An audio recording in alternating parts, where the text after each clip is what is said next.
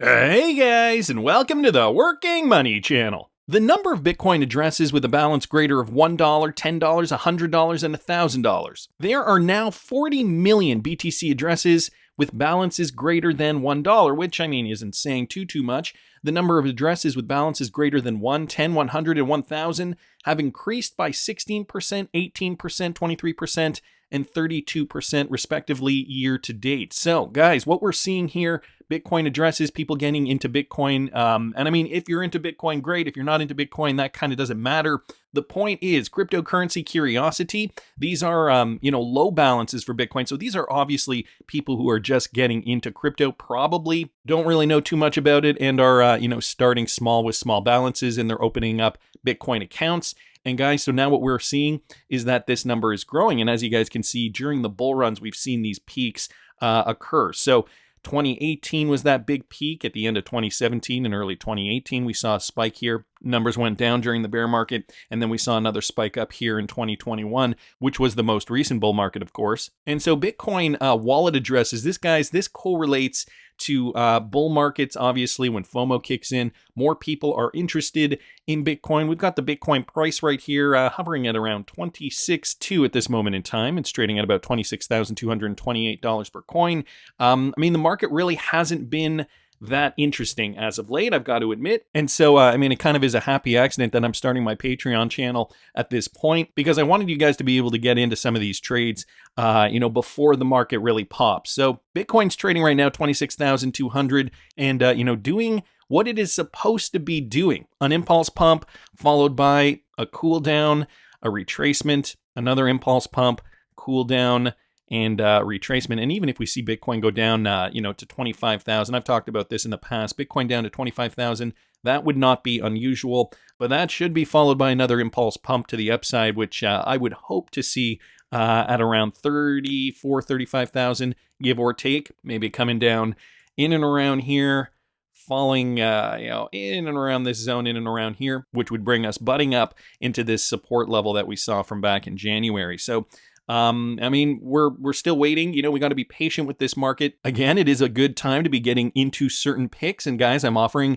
this Patreon only $5 a month to follow my trade picks during this bull cycle. I've got people in the comment section saying, I'm sick and tired of you pumping your Patreon every single video. Well, guys, the reason I'm doing this right now is because the market is kind of at the best point right now to be able to get into trades. If you wait too long, the market's going to take off and the opportunities are going to slip away. So if you're finding that I'm talking about the Patreon, it's because I want people to join when the market's low. I don't want people to join and expect to see me making stellar trades as the market's already going up, guys. I'm not FOMOing into any coins. I'm making, specific trades, trying to find good entries, and I'm basically documenting my trades every step of the way. So if you guys are interested, I do have the Patreon. Again, it's only $5 a month. I will be posting trades on the day that they occur, and these are for shorter term holds in a spec market. And some of the coins that I'm going to be talking about are definitely not coins that I talk about on this channel daily. We've got XRP up here. This is certainly one coin that I talk about on this channel daily, and it's come down a little bit. We're looking at about 45 cents, give or take. But, like I said before, the market hasn't really been that exciting. It's just kind of been, chopping sideways over the last little while. So nothing really to write home about with regards to XRP price or Bitcoin price. We haven't really seen any exciting moves, although the news is getting exciting. XRP Crypto Wolf posted this with regards to Bitcoin hodling, another metric suggesting that people are poised for this next bull run. According to recent data released by Glassnode, more BTC than ever is being held by investors, which is quite a milestone. This indicates that Bitcoin may be in a very bullish position because around 68% of Bitcoin has been held for at least a year. So what they are saying here is that, with regards to Bitcoin, more than 68% of what we are seeing being held has been held for at least 365 days. So bringing us back to May 25th, right in and around here, May 25th, 2022. And so that to me makes sense. We were up and around here about a year ago. And if you bought here, you would have bought at around anywhere between, 28,000 and 32,000, give or take. So over the last year, you would have been underwater. And, coming up to this point here now, a year on, we're getting very, very close to that same price where investors would have purchased in a year ago. Other data also shows that 55% of Bitcoin has been held for at least 2 years and 40% for 3 years. So these are the statistics, guys. People are hodling. People are not selling their Bitcoin. They're accumulating. But get this, okay, as for who is actually holding onto the asset, there is not too much information, but many believe that institutional investors make up a large portion of the data. And again, just looking at the chart, it would only make sense that, institutions are accumulating at this point. Institutions, guys, in retail that are paying attention like you and I. So, I've been accumulating other cryptocurrencies, not so much Bitcoin in this bull run, but Bitcoin definitely the indicator of where all cryptocurrencies will eventually go. We've got Ian Binns here on Twitter posting this with regards to a new XRP price feed on up to 20 blockchains, guys. This coming out from Pith. The Pith network released new XRP price feeds on up to 20 blockchains. This is a Solana-based decentralized Oracle solution, and they've announced the release of an XRP price feed to address the growing demand from different platforms. Here's what they said in a recent tweet, guys. The Pith network is excited to release the XRP USD price feed. XRP is the native token of the payment network, the XRPL. The Pith XRP USD price feed is now available on 20 blockchains. So another new development there with regards to XRP price. Wanted to thank Ian just for posting that. I also happen to see this, guys, from Mike Manfield, Ripple partner SAB. Represents the new identity of the Saudi British bank, SABB. So they just recently went through a name change. They dropped the last B there. And they did relaunch, guys. They're also selecting O2 to streamline digital payments. So check this out. The partnership will provide Ripple partner SAB merchants with an online payment management solution using direct integration with payment gateways provided by SAB. This collaboration aims to simplify the technical integration framework to quickly enable the online payment acceptance through a seamless experience. O2's technology and expertise will offer merchants a range of features and modules in a unified dashboard.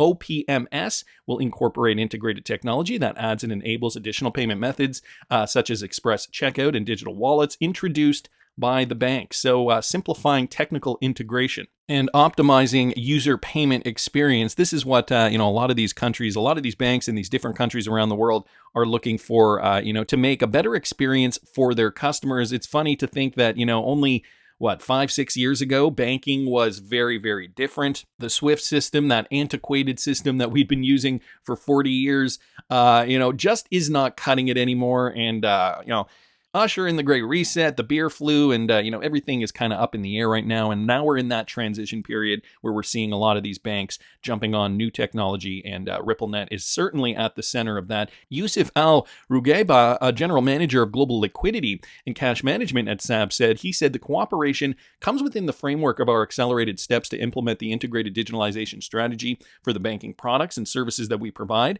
in accordance with the highest quality standards in a way that enhances our constant endeavor to improve customer experience and enrich the banking sector. So, all these guys too, they're all saying the same thing with regards to, optimizing banking experience. Nobody was ever saying, oh yeah, what we had was good enough. Everybody is now realizing, right, digital payments, DLT technology, whether it's running on RippleNet or the Stellar blockchain or something similar, this is where the future is. This is where integration is happening. And guys, it's happening all around the world. We're just waiting for the SEC to clear up the Ripple case in order for this to be implemented by US banks as well. So, another one here from the Saudi British bank, SAB. Wanted to thank Mike for posting that. And I know I've been talking about the Ledger controversy over the last few days now since that news came out. And I've been getting some suggestions from you guys in the comments section and on Twitter. But I still wanted to bring something to your attention. Now, here is a poll from Cryptic Poet on Twitter. What crypto storage wallet would you pick? Ledger, Trezor, SafePal, Ellipal? I know a lot of people were telling me the Trezor wallet, and Ellipal was another one. It doesn't matter which one you pick. Let's just pick whatever. But wow, take a look at that. This is the first time I'm seeing this poll here. Ledger is still in the lead with 52.1%. So, a lot of people are still trusting Ledger, myself included, and I do still have that affiliate link in the description of the video, guys. You can use it if you want, if you are still looking for a cold wallet storage solution. And some people are telling me, no, how can you trust them now that we know what has come out? And I said in that first video that I did, and I will link it up here in the top right-hand corner, I said, yeah, but you don't know what the other companies have done because nothing has come out about the other companies. And people just kind of, didn't really comment on that. They just kind of dismissed it. Well, get this, guys. My premonition is coming true. David Schwartz posting this. Well, this sucks. Woo Blockchain just posted an update here. Security firm Unciphered claims it was able to hack Trezor Model T hardware crypto wallets. In a YouTube demo, Unciphered showed me the process of extracting the seed phrases from the wallets after the company also demonstrated a similar attack on the OneKey wallet in February. It is only feasible if the attacker has physical access to the hardware wallet, though. So guys, be careful what you do. Trezor wallets are also now apparently vulnerable. So, again, to my point, we don't know what is and what is not safe if the information has not come out yet. I'm just happy that Ledger has addressed this issue. And, even as per this poll, 706 people have now voted. And I just voted for a random one here, Elapal. But 52.1% still have faith in the Ledger Nano products. So an interesting little update here. I also happen to see this, guys, from Tim. Charles Gasparino was back on Fox Business yesterday afternoon discussing the Ripple SEC case, predicting what the SEC's next move will be when it comes to cryptocurrency, guys. Listen to this. Here's what we know from securities lawyers who represent clients that are under the gun in the crypto industry. What we understand is that Gensler is preparing essentially what has been described as a second leg of enforcement actions against the industry. It's been described to me from these same lawyers. Again, these are securities lawyers. A lot of them used to work at the SEC. You know, that's kind of how it works. You work at the SEC, then you go into private practice. What they're saying is that he's flogging, that's the word I heard, flogging his staff to bring crypto cases, and bring a lot of them following the FTX debacle. He thinks he's got good law on his side, and here's where he wants it. He wants to bring the cases, from what I understand, at least the read I'm getting. Okay, remember, I'm only as good as my sources. This is what they're telling me. The read is that they're looking at any case that has that is related to unregistered digital coins being sold that should be registered securities. That could mean both the sort of creators of the coin, the companies that are using it to finance whatever operations they have, like Ripple, like the case against Ripple, which has still not been settled. It's still going on. And exchanges. Okay, so that's what I understand. It's all encompassing. He's pushing for it. We should point out that there's a meeting tomorrow at the SEC. Apparently, the meeting with the commissioners occurs when they talk about enforcement cases. From what I understand, this will likely be part of that meeting. So stay tuned for more crypto cases coming soon. And again, on this whole issue of securities. Now, one point before I wrap it up. If Ripple wins the case, this kind of becomes a moot point. It's going to be very hard for Gary Gensler to bring cases of unregistered securities if somehow the courts set a precedent that says you can issue these things and you don't have to register them. And even if you use it to build out your platform, which Ripple did partially for their cross-border payment system. If they win the case, meaning the SEC wins, well, I think Gensler is smelling a win based on what happened at FTX and a lot more. What's going to hit the fan. Wow, so a lot going on here. Charles Gasparino suggesting that, Gary Gensler is smelling a possible win for the SEC, despite what we've all been hearing, from the lawyers in the community. And, our best interpretation, examining the case now for over 2 years. But it is interesting that Gasparino does say that he is flogging his staff, as he commented here, flogging his staff to bring various new crypto cases. Now, again, he talks about the point that if Ripple wins the case, that would set a precedent in the entire crypto industry. However, he's thinking that Gary Gensler is smelling a win. I don't know if I believe that or not. I want to keep moving on, though, because we also did just get news yesterday that Kylie Chisel Kim of Kellogg Hansen, of the Kellogg Hansen law firm, is withdrawing as counsel for the company as she exits the firm. So she is leaving as defense counsel for Ripple. People were speculating about this. What the heck does this mean? Eleanor Turret did actually reach out for comment to the law firm here, Kellogg Hansen, Todd, Feigl, and Frederick.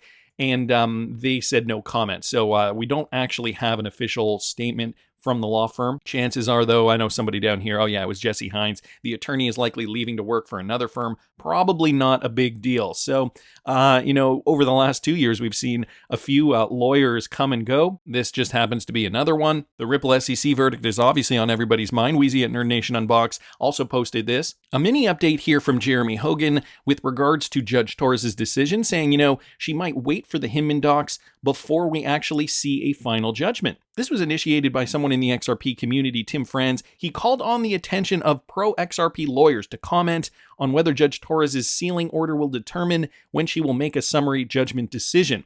And so here's what he said. Is it possible Judge Torres could make her summary judgment decision prior to the redacted documents being released? Or must she wait until they've been public? And so Jeremy Hogan did come out and respond to this, basically saying that she does not have to wait, but very, very likely she will. I'm not holding my breath until after June the 13th. And so, June 13th is now that date that we are eyeing. There has been an extension, a week extension from that original June 6th date. So, we're still maybe about 3 weeks away now. So Jeremy Hogan not holding his breath, and Judge Torres will likely see what's in front of her before she makes that final verdict. So the Hinman emails, those documents, everybody in the XRP community just salivating to see what was in those documents. And Jeremy Hogan thinks those documents will be released before we get this final verdict. And so that sentiment is also echoed in this latest interview, guys, with Brad Garlinghouse. Weeks, not months, he says. And as I said before, what is June 13th? 3 weeks away. Today is May 25th, so just under 3 weeks. Well, XRP Nude posted this, guys, breaking. XRP community, Brad Garlinghouse expects a court case resolution in weeks and not months following the recent court news regarding the Hinman emails. Listen to this. Now, in terms of where things stand today, I'll try to not get too much into the legal weeds. You are right that I feel very confident that we'll see a decision from the courts in this year. In fact, I think I would guess it'll be in weeks, not months. There's some decisions that happened last week that you may have read about, that the judge ruled against the SEC's effort to redact certain information about a very kind of infamous speech that the then director of corporate finance, a guy named Bill Hinman, gave, talking about why ETH, in his view, was not a security.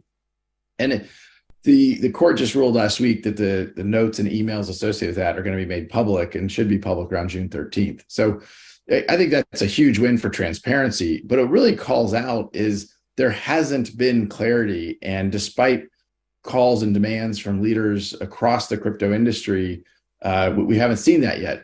But as I said, Ripple decided to lean in and fight this fight, both for Ripple, but for the whole industry. We've spent a lot of money defending it. Mm-hmm. And I think what we've called out is really that the government in the United States and the SEC particularly is putting politics ahead of smart policy.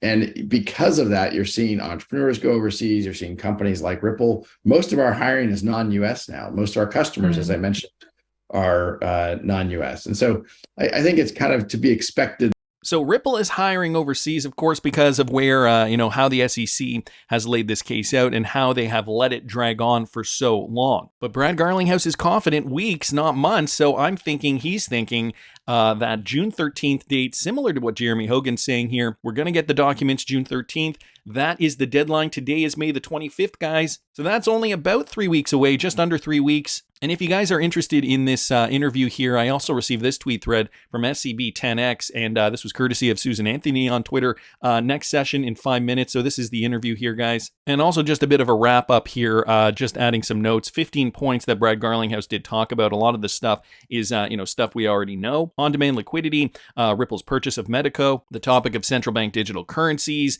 and many other things. So I will leave this in the description of the video if you guys are interested in that content. What Brad Garlinghouse, though, does say down here, he says his advice to crypto enthusiasts: be patient, make smart bets, understand your customer and the problem you're solving. He believes these principles will foster many promising businesses in this space. So basically what he is saying is pick cryptocurrencies that solve problems. And if you guys are interested in the cryptos that I'm picking on my Patreon channel, it is only $5 a month. We're at patreon.com/workingmoneychannel. But that's just my opinion. I want to hear what you guys think. Please subscribe to the channel if you haven't already. Like the video if you like the content I'm providing.